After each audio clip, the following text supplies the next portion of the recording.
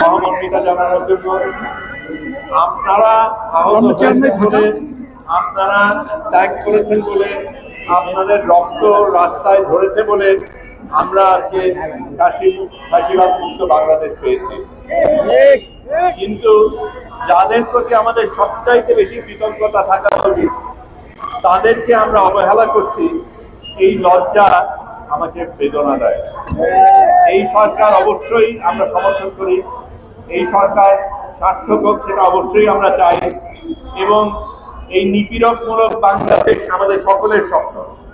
কিন্তু সেটা করতে গিয়ে আপনাদের প্রতি অবিচার করা হবে, এটা কোনোভাবেই গ্রহণ করা যায় না।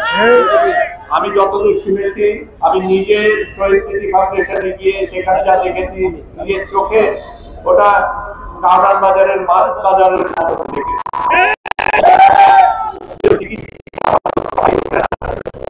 জমাতে তৈরি করে আমাদের দেশে আমলাতন্ত্র কোন পর্যায়ে চলে গেছে শহীদ স্মৃতি ফাউন্ডেশনে গেলে বোঝা যায়। যে রিক্সাওয়ালা আহত হয়েছেন, যে কাঁপতাছেন হাসপাতালে, তার পরিবার কোথার থেকে এতগুলি ফর্ম পূরণ করে, এখান থেকে স্লিপ স্বাক্ষর জোগাড় করে, ওখান থেকে সই জোগাড় করে সেই কাগজ জমা দেবেন আমি বুঝি না, আমার সেটা বোধগম্য না। কিন্তু তারপরে যায়, বহুবার হারিয়ে যায়। আপনি বলেছেন একজন তার কাগজ জমা দেওয়ার পরে 10 বার হারিয়ে গেছে। এটা কি করে হয় আমি বুঝি না।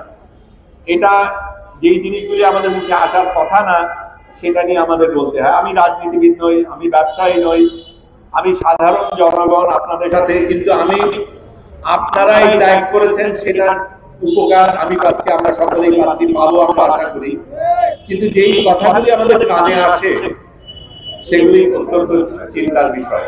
যে এখানে টাকা পয়সার লেনদেন হয়, এখানে কে কোন ধরনের সুবিধা পাবে সেটা হয়, এখানে কোন কোন জায়গায় আলাদা করে কি কি সুবিধা কাকে দেওয়া যেতে পারে সেগুলির আলাদা আলোচনা হয়। এটা অত্যন্ত বেদনাদায়ক। আমি মনে করি আমাদের অনেকগুলি রিফর্ম কমিটি হয়েছে, কমিশন হয়েছে, অনেক ধরনের সুপারিশ হয়েছে। যেটা সবচাইতে বেশি প্রয়োজন সেটা হচ্ছে আজকে যারা আহত নিহত তাদের পরিবারদের ব্যবস্থা নেওয়া, তাদের দায়িত্ব নেওয়া, তাদের চিকিৎসার ব্যবস্থা করা, যদি বিদেশে যেতে হয় সেটা করা।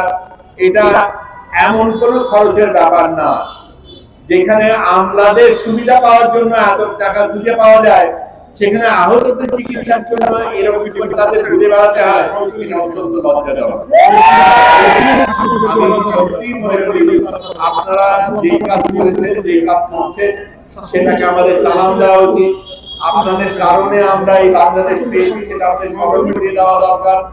এবং যতদিন না প্রত্যেকটা মানুষ যে আহত হয়েছে, নিহত হয়েছে, সে তার সুব্যবস্থা হয়, যতদিন না যারা এটা করেছে তাদের বিচার করা হয়, যতদিন না সত্যিকারের অর্থে বৈষম্যমুক্ত বাংলাদেশ হয়, ততদিন আমরা রাস্তায় থাকবো, সংগ্রাম করবো, কিন্তু আপনারা আমাদের সাথে থাকবেন।